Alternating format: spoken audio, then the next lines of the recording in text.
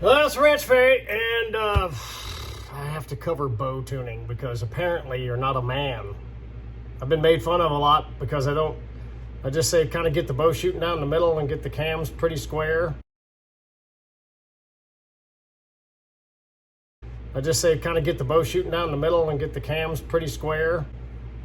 Get your rest kind of down the middle, and then make the arrow bend and piddle with the arrow and tune the arrow to the bow, and that freaks everybody out. So I'm going to address the current mainstream way to do things, which is pick an arrow and make the bow shoot it. Okay.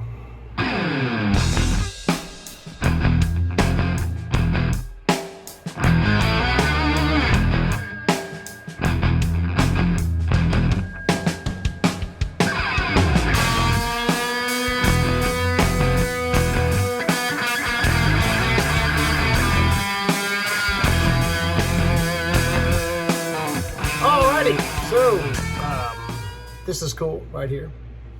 It's just going to be there. It's fine. All right. So, the standard line in the industry and the archery world is that you decide what arrow you want to shoot, mostly based on trying to get the fastest thing you can possibly shoot, because somehow that's going to fix all things. And it's going to defy physics and math and that kind of stuff. So you decide what arrow you're going to shoot based on velocity, and then you go to a bow shop and get it tuned to shoot that arrow. That's fine. However, I got a problem with this, and I got a problem with people who say this high forward to center heavy arrow thing is dumb. If you decide that you want to shoot a 600 grain whatever arrow, and you go to a shop where you know how to tune, you have a draw board and all that stuff, why can't you just tune the bow to shoot that arrow? All right, so it's going to get more logical here. Well, for some people. Already I've turned off half the people watching this video, and they are going to either turn me off, which is fine. You can unsubscribe or never subscribe, because I don't care. But we're going to go think about the U.S. military a bit. The nice thing about the friends I've made, which is Ed, Ashby, Big Mike Tanaka, who taught me about arrow tuning. Thank you, Big Mike. And now, Daryl the Rocket Man Barnett. Those three people have helped the evolution in my head about how we should be doing this stuff. So, hang on. If you can take your bow and bend it and twist the cams and flip the wing dingers, twist the strings up to shoot any arrow, then why are we arguing with people who want to shoot a heavy arrow? Just tune the bow to the arrow.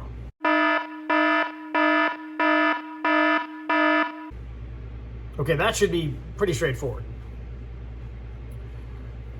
But when Mike showed me how to do knock tuning and bear shafting and coached me along and kept kicking me in the head, and I had a big hill to climb on that. I was not convinced all that stuff worked. Now I can take just basically any bow, pretty much shooting down the middle, and take different shafts and arrow points and figure out which one wants to fly on that bow, much like tuning ammunition in a rifle.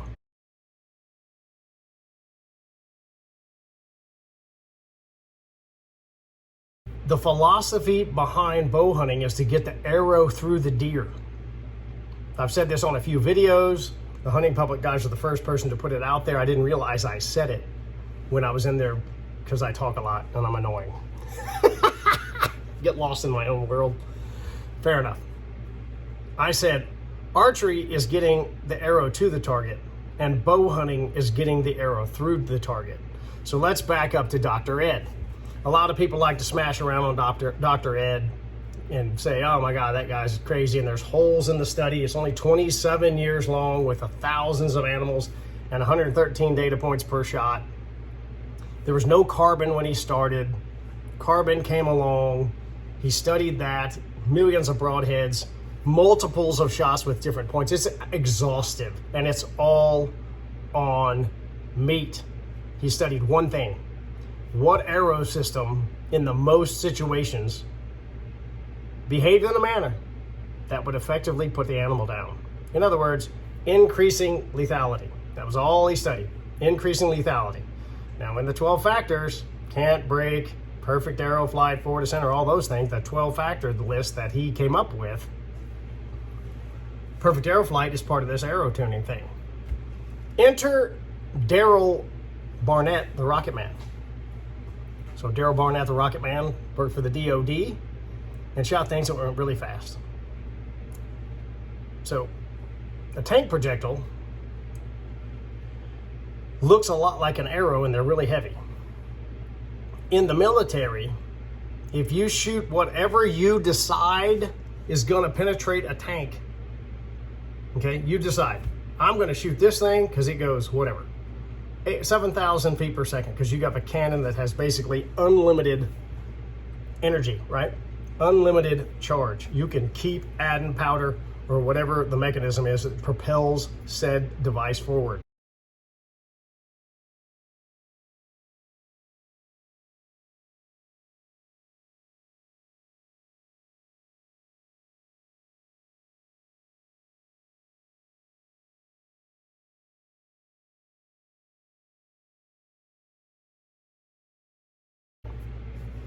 And you decide beforehand what's going to penetrate armor on an opposing team's tank.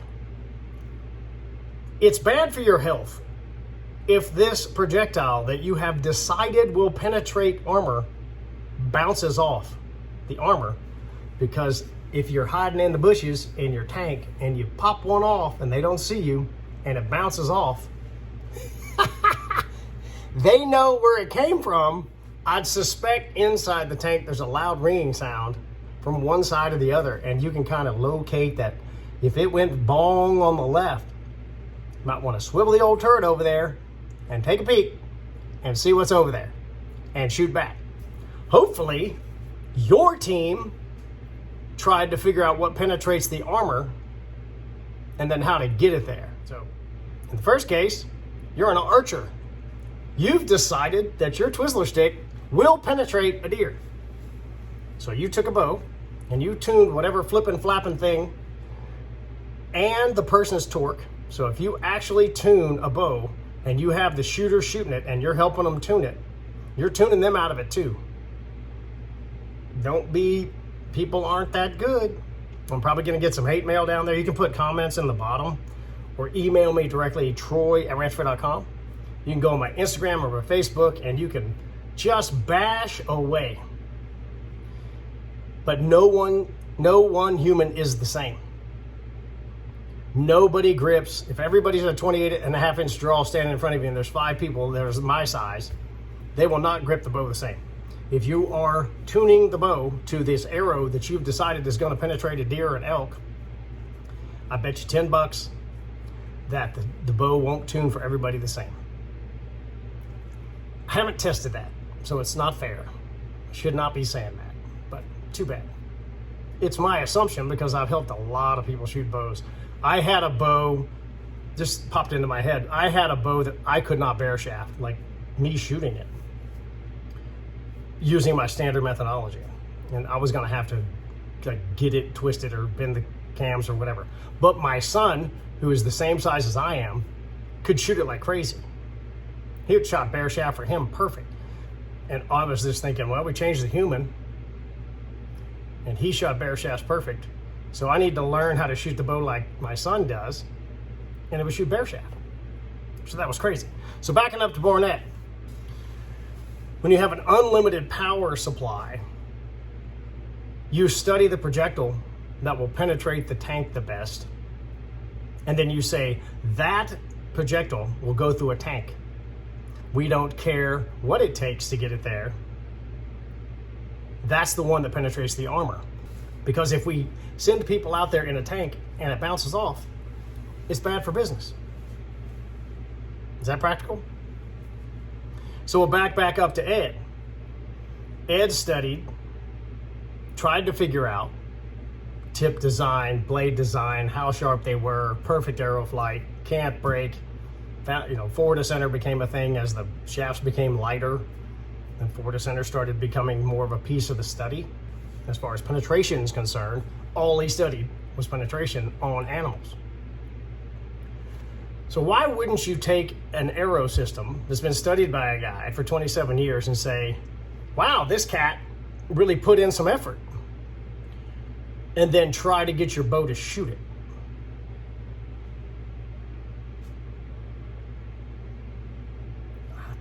I don't know.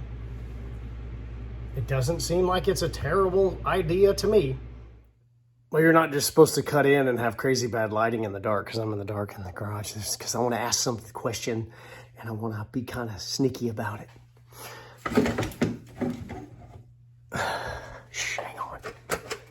So, hey, if you got a bow, nobody can tell who I am.